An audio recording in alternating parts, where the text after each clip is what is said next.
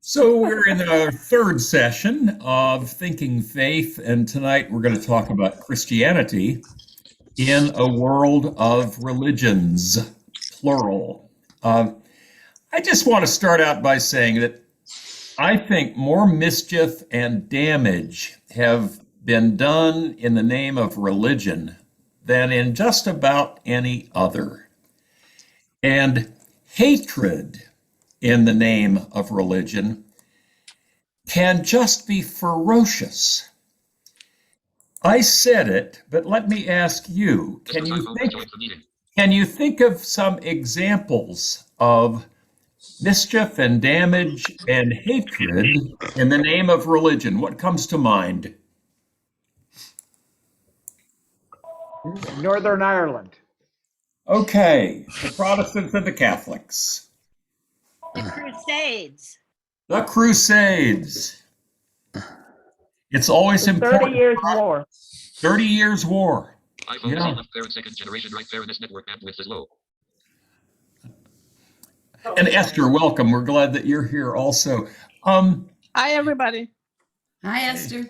You know, I think the Crusades are an important reminder because certainly in recent decades, most especially since September 11, 2001, we have thought of Islam as being full of hatred and religion as an impetus for militant violence.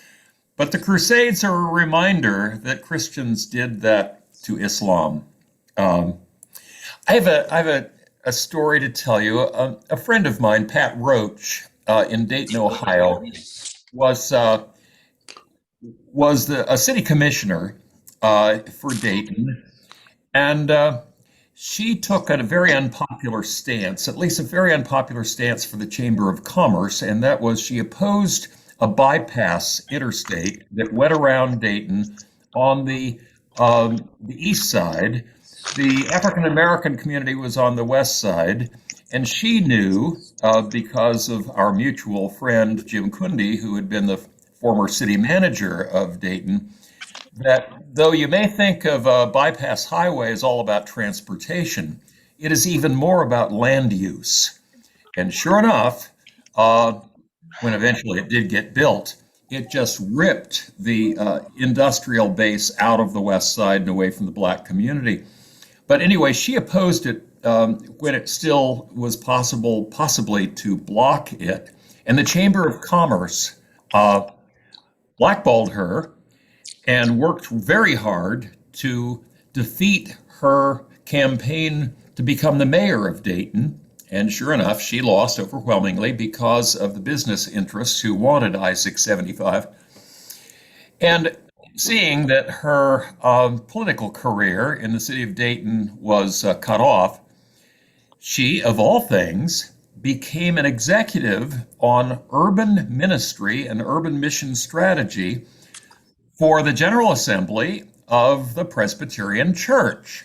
So I got to see her not in Dayton, but at various meetings of the General Assembly.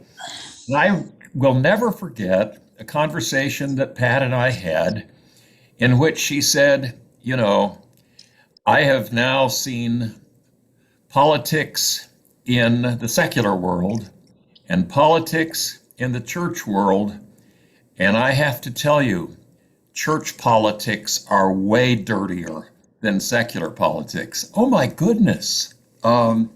Anyway, so we start off just saying that an awful lot of, we're getting some... That's Tim's audio. Oh, okay. So we start off just saying, you know, religion is not an entirely positive thing. There's a lot of mischief and damage and hatred that can be done in the name of religion. How about within religions too? And within religions, absolutely, because one of the difficulties is if you believe that your side is on God's side, then what does that make the other side? Whose side is the other side from God's side? it can mean a lot of unfair fighting. So, a Northern Ireland Protestant stalwart was deeply offended by something he heard from one of his comrades, and so he rejoined, "What got into you, a member of the Orange Lodge," that's the Orange Lodge against the Greens, "that you called a priest while you were in the hospital?"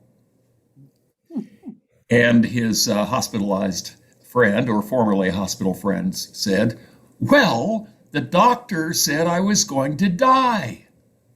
"And did you convert to Roman Catholicism?" And he had to say, well, yes, he had, but then he explained it as follows. "I decided that if I was going to die, it had better be one of them rats than one of us."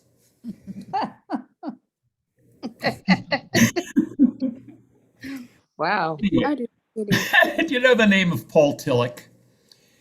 Yeah. Yeah, Paul Tillich was quite the theologian and philosopher in the mid 20th century. And in his book, The Courage to Be, Tillich says that fundamentally, religion, wherever it appears and whatever else it does or means, religion is the way that human beings cope with their anxieties. And Tillich said this, and I want you to remember these three different problems faced for which religion is the answer. Tillich said, in the ancient world, the fundamental anxiety was death. Death, the fundamental anxiety in the ancient world. He said in the medieval world, the fundamental anxiety was guilt. But he went on to say, in the modern world, the fundamental anxiety is meaninglessness. Let's just take a look at that a little bit. If in the ancient world, the problem of death. So how do we handle the fact that we will die? Well, actually, we don't handle that very well, do we? I know an attorney who helps people write good wills, wills and testaments, and he says that the vast majority of the people he writes wills for want to begin their will with this memorable phrase, "If I die."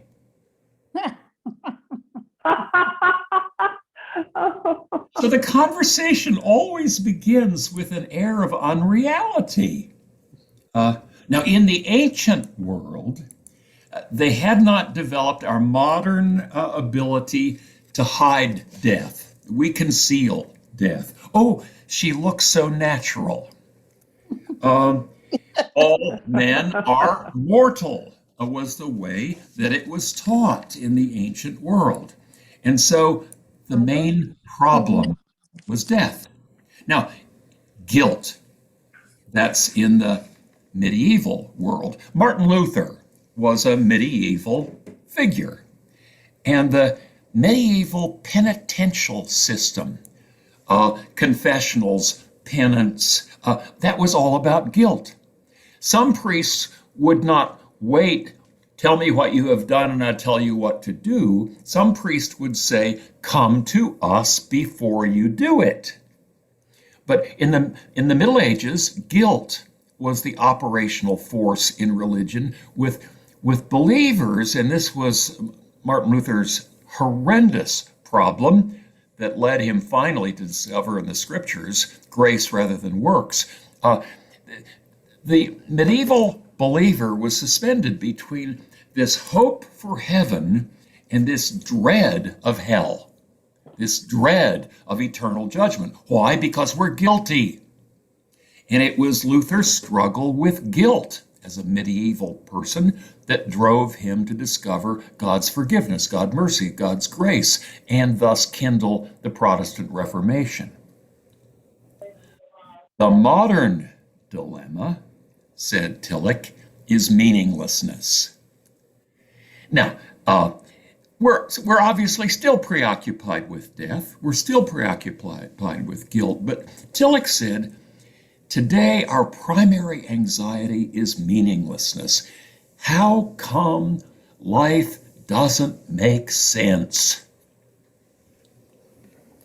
Now, he says this, I think, as a way of telling us that our religion, tonight we're going to talk about Christianity in the midst of many religions, but our religion, Christianity, really has not itself remained the same through the centuries. Through the centuries, in different eras, we face different problems, and that's important to recognize. So as we may be wanting to contrast our religion from other religions, we need to realize there has been a movement and a change within our religion. It hasn't held fast and identical. I mean, the early church fathers, this is the ancient world, called the Lord's Supper, the Eucharist, here's what they called it: medicine for immortality, because the problem was death. You see the connection, the fundamental anxiety. That is probably, though still in our day, the background behind, have you ever heard this? Parents wanting to make sure that the grandparents want to make sure the baby is done.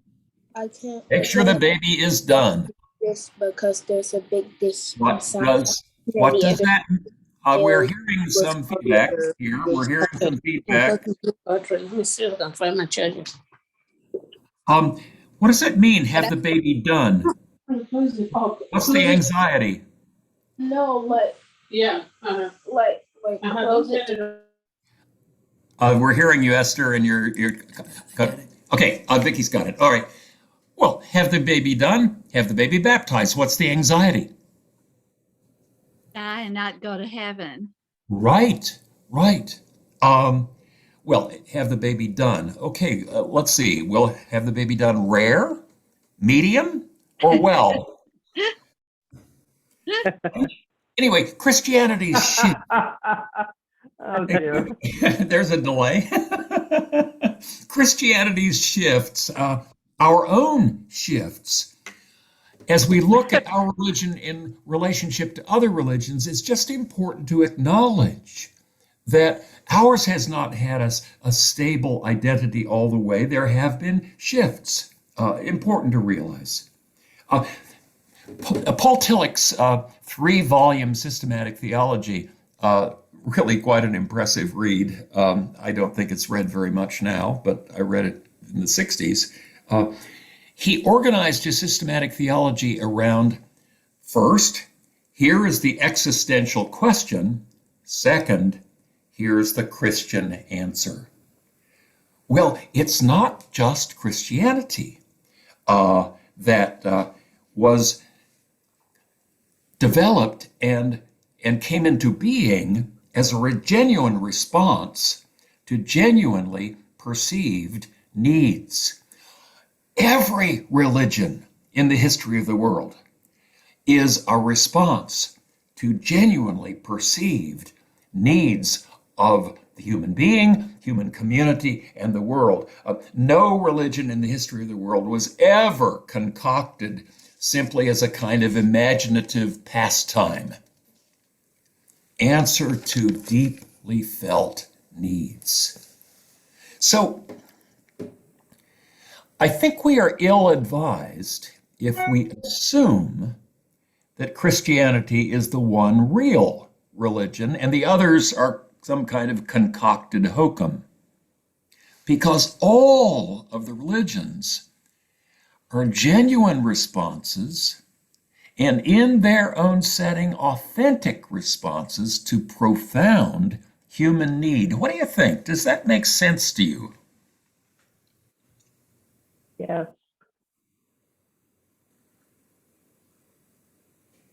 Makes total sense from the little bit of information I have about Buddhism, which was a response to human suffering.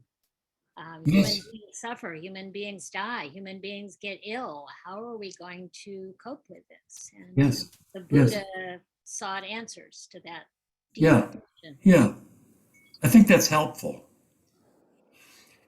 Um, it could well be that the social settings of religions are critical for understanding them. Some examples. Many religions are related to agricultural survival. Will we have an adequate harvest? Will our crops be adequately watered? Will our planting succeed? Will they be washed away? Will they be burned away? Agricultural survival. And because that is a concern in many places and has been for many eons, then ritual behavior is tied to the questions, will your crops make it? Will your crops fail? What is going to happen to us? Now, we see the challenge of this as these wandering people, after 40 years in the wilderness, come into Canaan, where the Canaanites are agrarian people. The wanderers in the wilderness, well, they had sheep and goats, right? And when God was really, really manifest with them, there would be what? In the desert? Oh, come on, Bible 101ers. Manna and quails, right? Okay. So the Canaanites were agrarian people. The Hebrews arriving from the wilderness were not agrarian people. So they come into the land of Canaan and need to learn how to become agrarian people. And they find religious festivals geared toward the hope of fertility.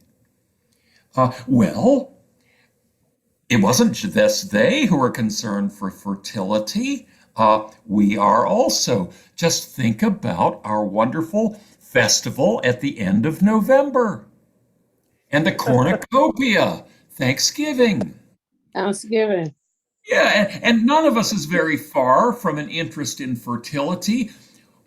What do we have in our living rooms in December? We Christians have Christmas trees. In the spring, we have Easter bunnies and Easter eggs. The concern for agrarian survival remains in us today. And so hoping for a good harvest Yeah, it's leads. pre-Christian also. Yes, right. Hoping for a good harvest leads to fertility festivals all around the world. And we see the struggle between the Yahwists, those who are true to Yahweh, to the Lord God of the wandering people of Israel, and the Canaanites, and the temptation to, you Bible 101 people, you've heard it from me, I'll just allude to it. The Hebrews come into Canaan, they learn they need to go to the extension service, that land-grant universities provide. The extension service will tell you how to plant, how to water, how to fertilize, how to reap, and it, for the Canaanites, it involves Baal, it involves Ashtart. That's what the the land-grant universities in Canaan had to say, and it becomes a theological problem. Okay, agricultural survival. Another religiously formative setting for the formation of religion is based on social relations, other human beings, rather than nature. And there are different religious phenomena. When the threat of starvation is based less on drought and rainfall, but on whether the semi-trailers arrive and whether there is a Teamsters strike, then it becomes a concern for agricultural service. Becomes food indicates our human interdependence on one another, and this leads to different religions. I mean, cultures are different, and we live in relation to our culture where we find ourselves, and our religions are related to our cultures. maybe most religions of the world have an agricultural base, but three religions of the world have a social base.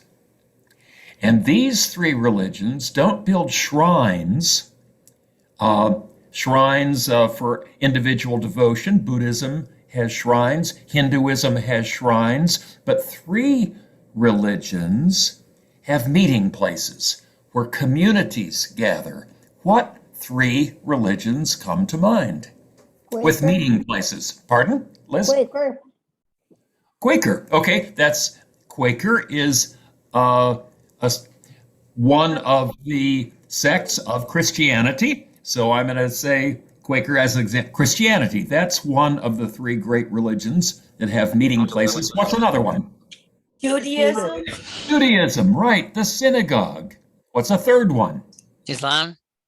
Islam, thank you, Tim. The mosque. See, Judaism and Christianity and Islam, by the way, these three religions all trace themselves back to what patriarch? Abraham. Abraham, yay, all right. They are Abrahamic religions, and they share the base, they share the foundation of human relationships. They have meeting places. Yes. And they not only share a social orientation, there's something else really fundamental that Christianity, Judaism, and Islam share. What would that be? They're They monotheists. have a sacred Monotheists, absolutely. They are our three religions, the Abrahamic religions, are fiercely monotheistic. And it is ironic that what we share with the others, monotheism, is actually what also makes it very difficult for us to get along with the other religions and them to get along with us. Is it possible that there could be more than one with a capital O that is really one? I mean, what are we to make of unity and difference? How are we to understand unity and difference? Any thoughts? what about the Trinity? Say again, Liz. What about The Trinity. Three in Well, and that really is a real problem for our monotheistic neighbors of Judaism and Islam, because though we insist that God is one, what are we doing with this? Are we tritheists?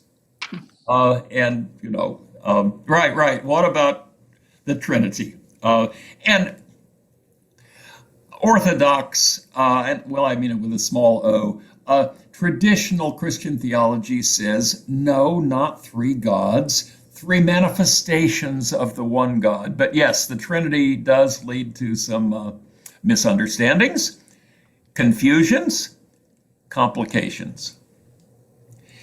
I want to try something out on you, and for those of you without a camera, I'll tell you what I'm doing here. I'm putting a big dot and then a circle around the dot.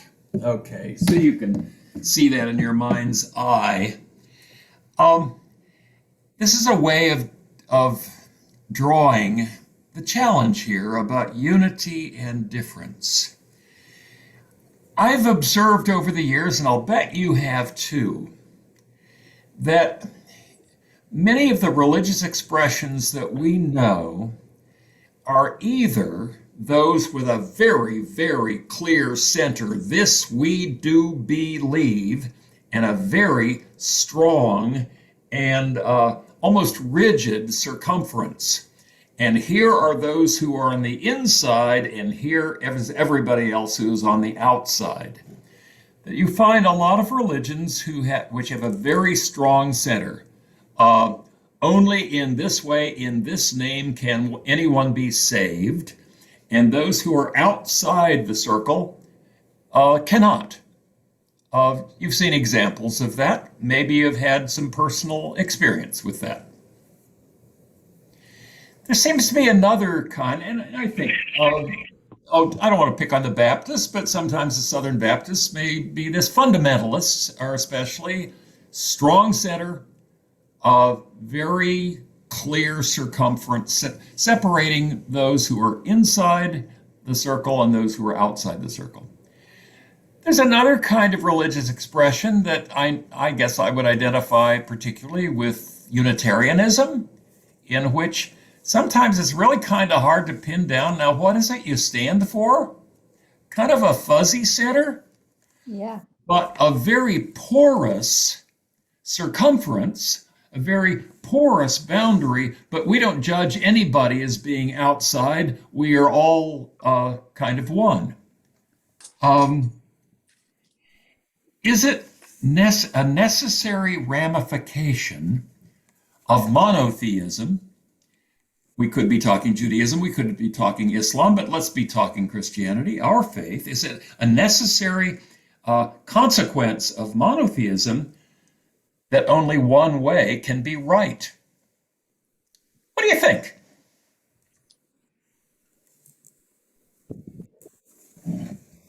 Well, I can't live that way. What do you mean when you say only one way could be right? Our way is right, other ways are wrong. That's what I mean.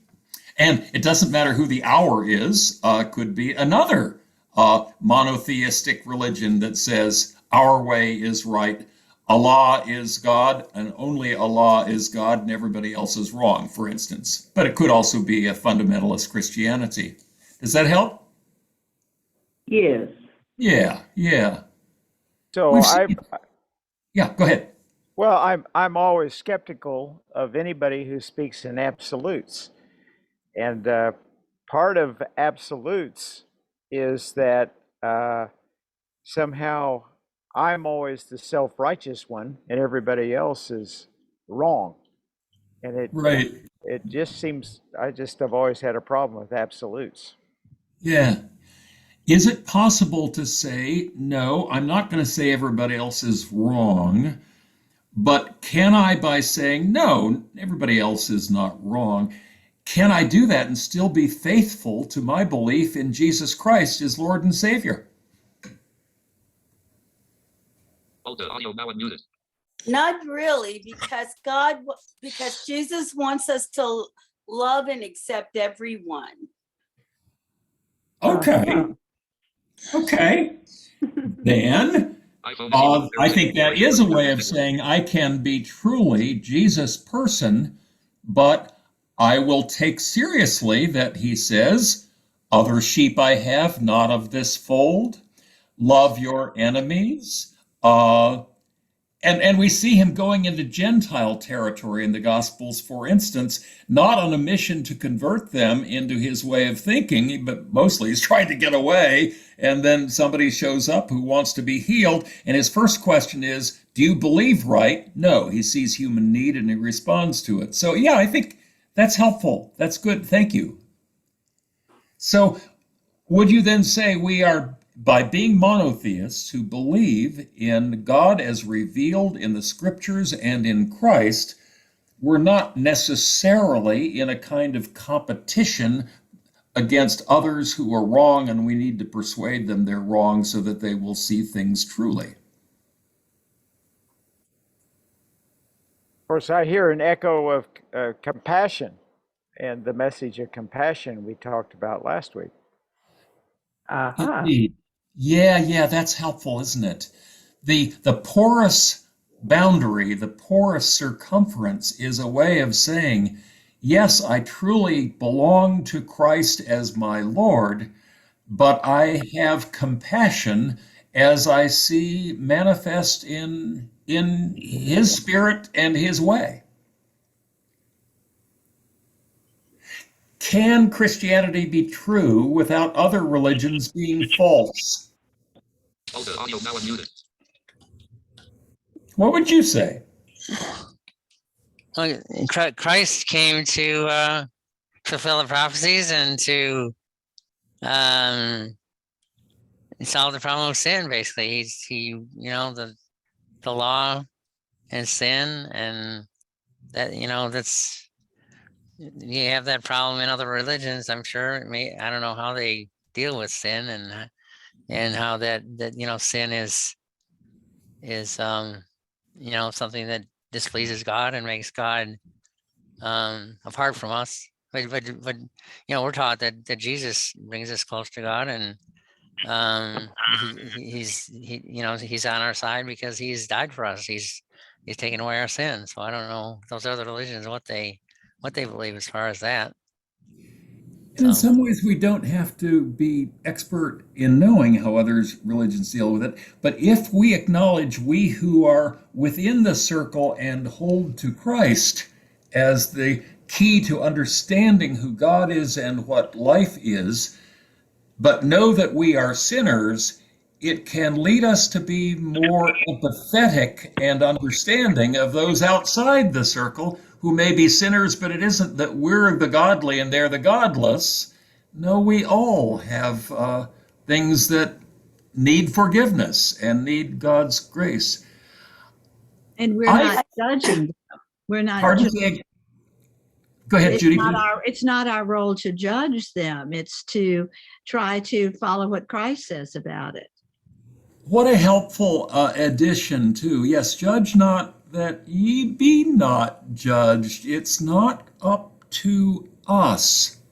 Which leads me well, hold that thought. It will lead me shortly to two scriptures. If you have a Bible nearby, this would be a time to find it.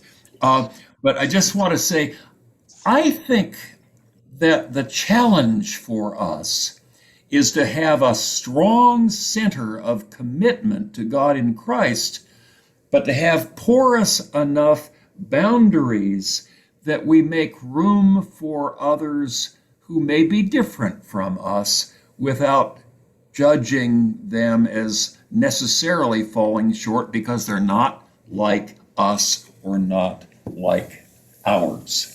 Well, I believe that religion and worship is a personal thing. Uh-huh. And it actually comes from the inside in your relationship with God. So it doesn't really matter what you call your religion, or as long as you love and worship God. And it doesn't matter what you call him. Thank you, Wanda. We all feel it in our hearts. Yeah, and sometimes we fail to realize that Jesus was not a Christian. Jesus was a Jew, Yeah, and his parable of the Last Judgment in Matthew 25 says, you got the sheep here and they know they're on the right track, and you got the goats who know, well, I think I just messed up the story, but the sheep and the goats are not on account of, is your religion the correct religion, but what is it? As you have done it to one of the least of these, my brothers and sisters, which mean it could be done in any name, perhaps, or in no name.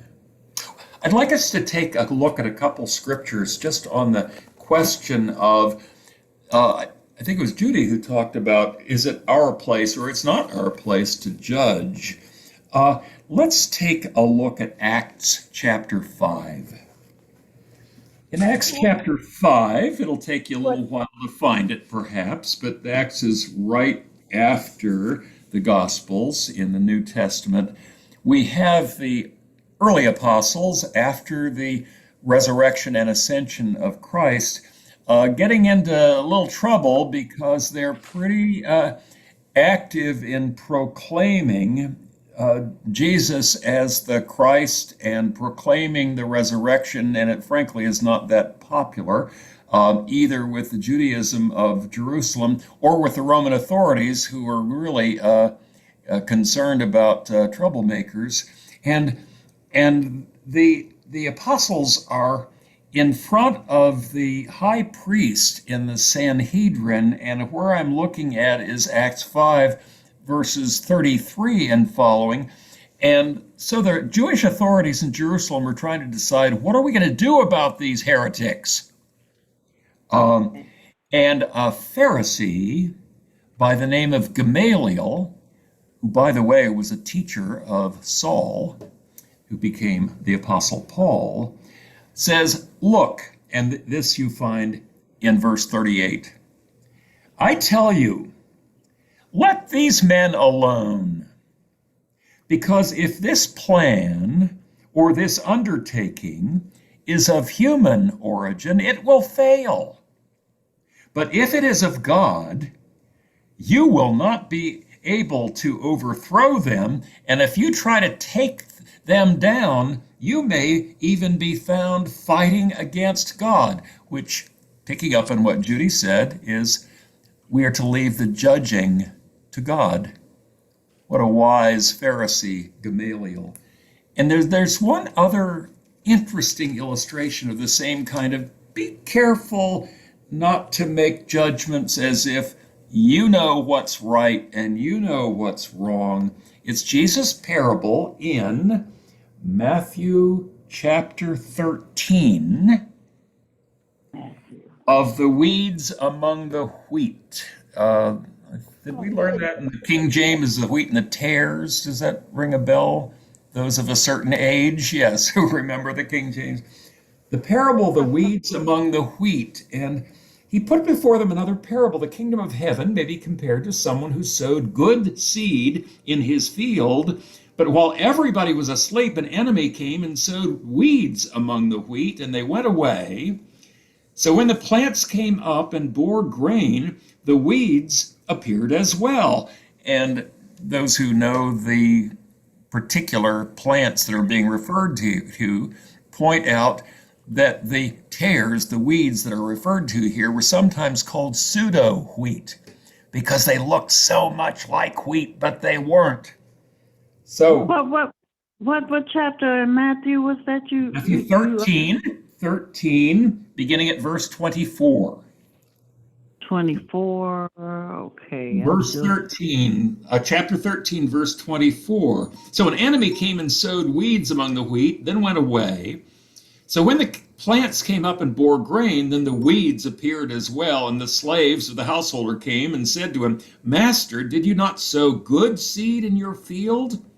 Where then did these weeds come from? You know, the wrong kind of people. He answered, an enemy has done this. And the slave said to him, then do you want us to go and gather them? But he replied, no, for in gathering the weeds, gathering, I think it means, do you want us to weed the weeds? Do you want to pull out the weeds? In pulling out the weeds, you would uproot the wheat along with them. And then here is Jesus teaching. Here it comes in verse 30. Let both of them grow together until the harvest. And then at the harvest time, God will have sorted it out. Anyway, not ours to judge, not ours to sort out. I remember hearing about an exchange between a Jesuit, Roman Catholic Jesuit, and a Presbyterian theologian. And the Jesuit was very critical of Protestantism, and he challenged, don't you wish you could be in a church where one person speaks for God? To which the Protestant theologian responded, don't you also? Well, everybody gives their interpretation of what is going on in the Bible, so it couldn't be just one person speaking. Absolutely, absolutely. You can find the same text, and man, the difference of understanding. And in the Roman Catholic Church, I think what the Protestant theologian was saying. I mean, look at the diversity and the controversy, and the the American Roman Catholic bishops versus the Pope on whether Catholic politicians who allow for abortion can be permitted the Mass. You know, the diversity is considerable. Now, I want to say something about our particular branch of Protestantism, which is the Reformed tradition. Really, the Reformed tradition, which is that's a theological name for the Presbyterian tradition. Presbyterian, that's the church governance name for this same family that we are a part of. It's our conviction that God is best understood and attested to by a variety of voices. In just a few days, Vicki and I will be orienting new ruling elders to serve on the session at Edgewater Presbyterian Church. And one of the things we will point out is a part of our particular niche within Protestantism that we believe that authority is given not to individuals but to groups. That it's important for us to listen to one another, that a variety of voices are to be heard so that we can discern the Spirit. Well, that's a Reformed Protestant conviction. God's best understood through a variety of voices rather than one voice. Here's a simple little example of that kind of thing. Isn't it a lot better to read more than one editorial? Isn't it a lot better to read more than one newspaper? Oh, by the way, remember newspapers? They were on yeah, really, what's that? Yeah. So these three monotheistic religions, Judaism, Christianity, and Islam, tell us of a God who speaks to people-sized units, that we are socially religious. We have meeting places, and we assume that life here and now has a purpose, and we assume that that purpose is ethical. And it's not just Christianity that affirms this. The most sacred time in Judaism is Yom Kippur. It's the Day of Atonement. It's a day of fasting, and it's a day in which the Jewish faith community is reminded that what matters to God is sensitivity to the neighbor in need. That's Judaism. In Islam, the holiest time is Ramadan. Now, that is a month-long time of prayer and fasting, but it's also very especially a time of compassion, of charity. During Ramadan, Muslims are instructed to give a higher percentage of their savings to the poor than at other times, over and above what ordinarily is expected. Just a little glimpse of how we may have much more in common with other religions than we often think that we do. Or maybe it's that we think maybe we're not supposed to have any commonalities. Maybe we're supposed to oppose other ways and treat other ways as the wrong ways, because only one way can be right. And as one of you was saying earlier, it's very easy thus then to become self-righteous from whatever perspective. Here's an illustration that I love. It comes to us from our Vicky's and my late beloved theology professor, John Burkhardt. He says, there are people who go about their religion as if they were in a courtroom, and as though what the Lord God especially needs is either a prosecutor or a defense attorney to prosecute those who think wrong, defend ourselves against those who think otherwise. And Burkhardt said, the great 20th century theologian Karl Barth made this interesting comment. He said, I do not consider criminology the appropriate approach to theology. And instead, using that same metaphor of the court of law, Don't we see the New Testament asking us to adopt a different approach, not prosecutor, not defense attorney, but witness? This we have known, this we believe, this we see, this we have heard, this we know, this we are seeking to practice. Witness. And maybe that is the kind of approach we need to have with people with other religions, to be willing to give our witness, but also willing to listen to their witness, to have conversation concerning our faith. It's much the same way that, oh my goodness, we saw a wonderful movie last week, and we want to tell you about it, or a play, or a concert.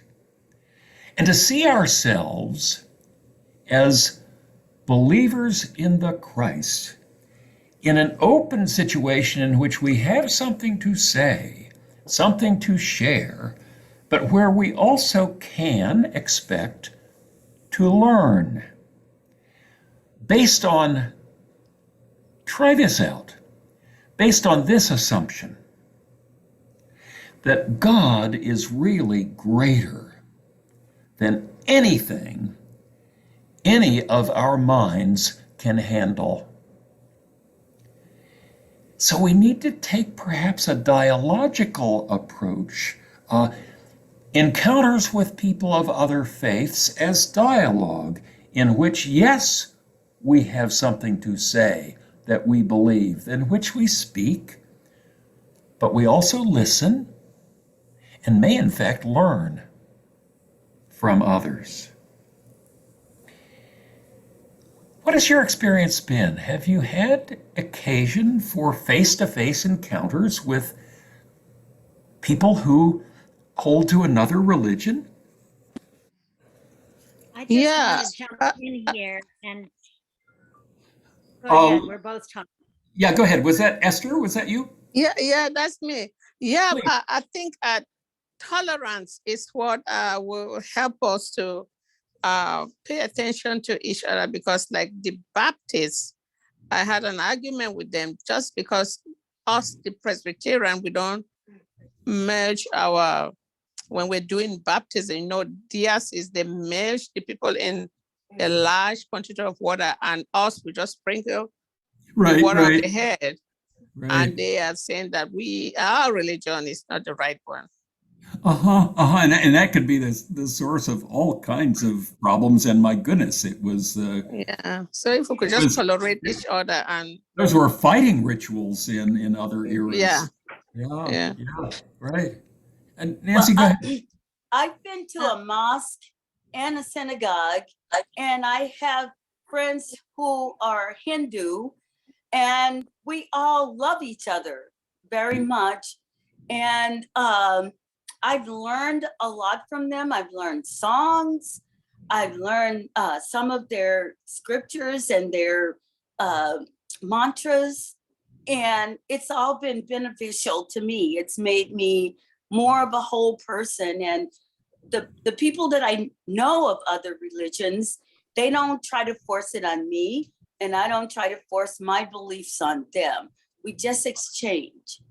An exchange. Yeah. Lovely. Exchange. Absolutely. I know that Nancy has some interesting cross-religious interfaith experiences. What do you want to share? Well, I just wanted to say, I am deeply immersed in the practices of yoga, which originated with Hinduism, and have had a lot of exposure to Hinduism. But my morning practice is to go out on my balcony and be with nature, to come in and read part of the lectionary for the week, which is either Presbyterian or Episcopalian, which I am practicing now. And then I do. And of course, for those who don't know the lectionary, that is scriptures from the Old and New Testaments. That's whatever we're reading in church the next Sunday. So I read the Bible. Then I get down on my yoga mat and I do yoga. And while I'm doing yoga, I use a Buddhist loving kindness meditation, which sends loving kindness out to my loved ones and to the whole world, and also include sending loving kindness to my enemies, so that I clear my energy of those against whom I feel blockages. And that's been really interesting. And part of the loving kindness ends with, may they lovingly care for themselves, others, and the world.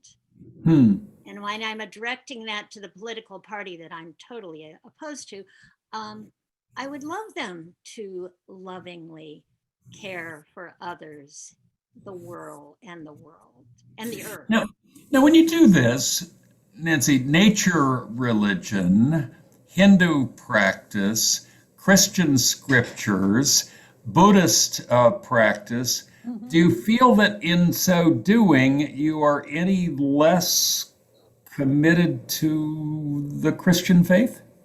None, not at all. Yeah. I feel it's all incorporated within me and it's all one. I have no Interesting. trouble being a monotheist and thinking that if you want to pray to Allah, that's perfectly fine. Well, and Allah is very interesting because Allah, oh my goodness, that's terrible. What is that? That's the Arabic word for God. That's what Allah is, God in a different language. There has been, for the last 21, 22 years, a tendency to do a kind of very hostile projection onto Islam. I mean, clearly, the militant distortions of jihad are horrible. And oh my goodness, we have visual images of the horror of it and descriptions of the horror of it. But to see Islam only in these militant expressions is totally to misunderstand a great world religion that is committed to prayer, that is committed to self-control, that is committed to generosity, and committed to justice. And I've heard it suggested that if you think immediately Al-Qaeda and that is Islam, that is a whole lot like people seeing Ku Klux Klan and saying that's Christianity. Hear me? Yes. Yeah. Yeah. Well, there are a lot of religions. And well, they think they are a religion too. Sure. I mean, there's nothing Christian about the Ku Klux Klan. Yeah, indeed. But the analogy I'm suggesting is it's a distortion to take the worst expression of a religion and say that is that religion. Islam is Hagar had her matron was the mother of Islam, and that's Right. in the Bible too. So Indeed, we started talking about Christianity and how you can't deny Islam's right there too. Indeed. So there are a lot of religions, and I've suggested some sociological reasons, agricultural, social settings, context, and so on. Here's an interesting, try this on for size. Here's another possible and theological way of looking at why are there so many religions? One answer would be to recognize how busy God has been all over the world. And I think we've acknowledged tonight, we know that we Christians don't have it all. We don't have a monopoly on the truth. And the opposite of faith isn't so much doubt or uncertainty. Really, the opposite of faith is indifference, as in who cares?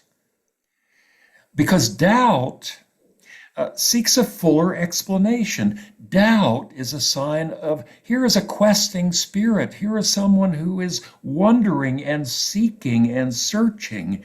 And it may be that a real ingredient for growing in faith is to seek to be receptive and to listen and learn.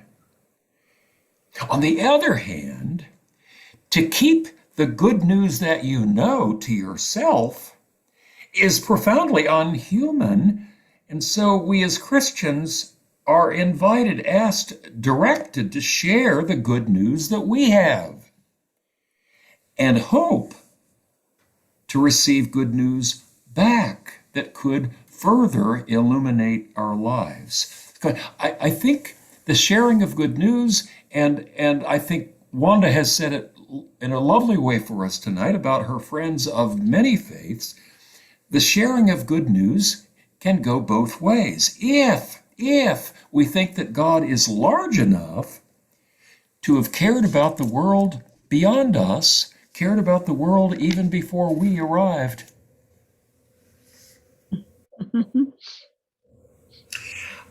Do you know the name of Diana Eck? Yes. Good. That's Nana, right? Yes. Yeah, I thought you did. I think we met met her around the same time, didn't we? Yes. Those of you who are book buyers, and I know Dale and Terry, you do that from time to time, and Dennis as well.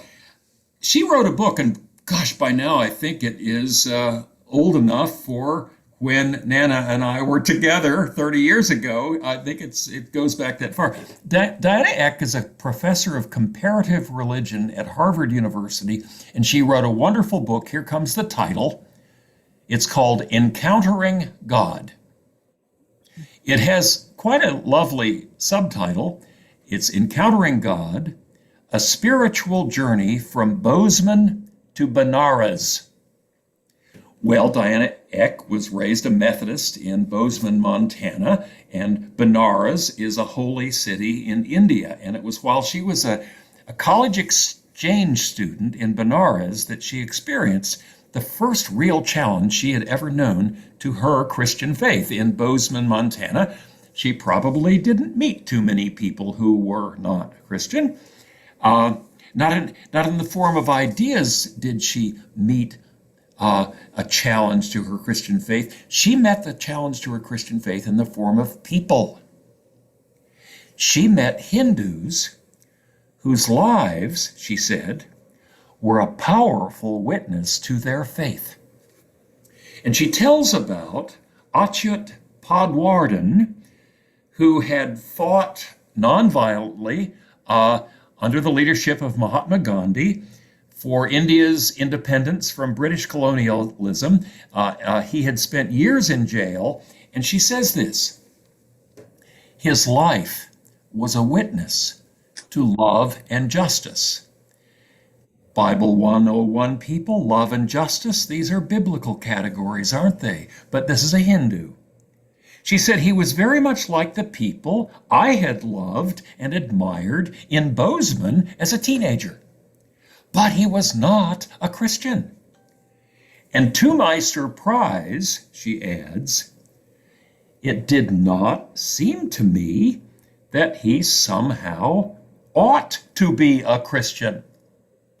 It was a surprise to her coming from Bozeman, Montana, and her Methodism. She met Professor J. Krishnamurti, who really blew all the categories because he refused to be classified as any particular religion.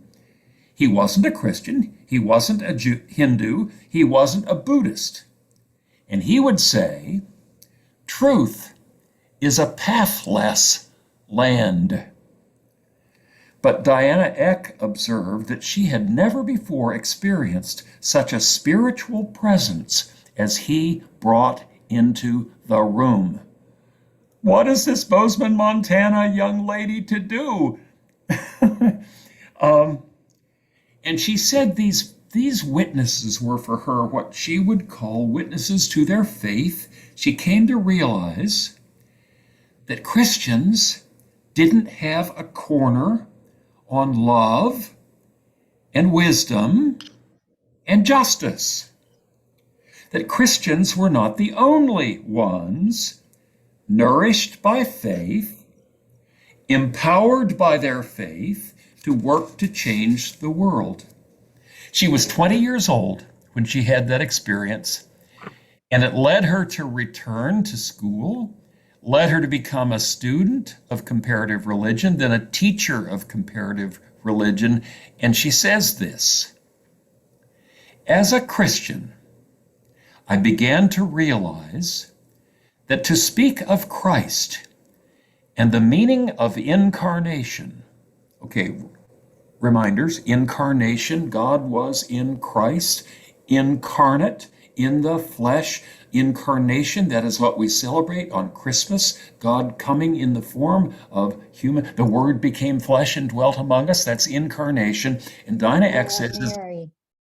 yeah, okay, as a Christian, I began to realize that to speak of Christ and the meaning of incarnation might just mean being radically open to the possibility that God really encounters us in the lives of people of other faiths.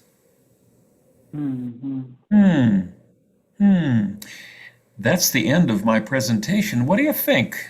Discussion? When you're mentioning other faiths, you're beyond Christianity, right? Yes. Okay. Yes.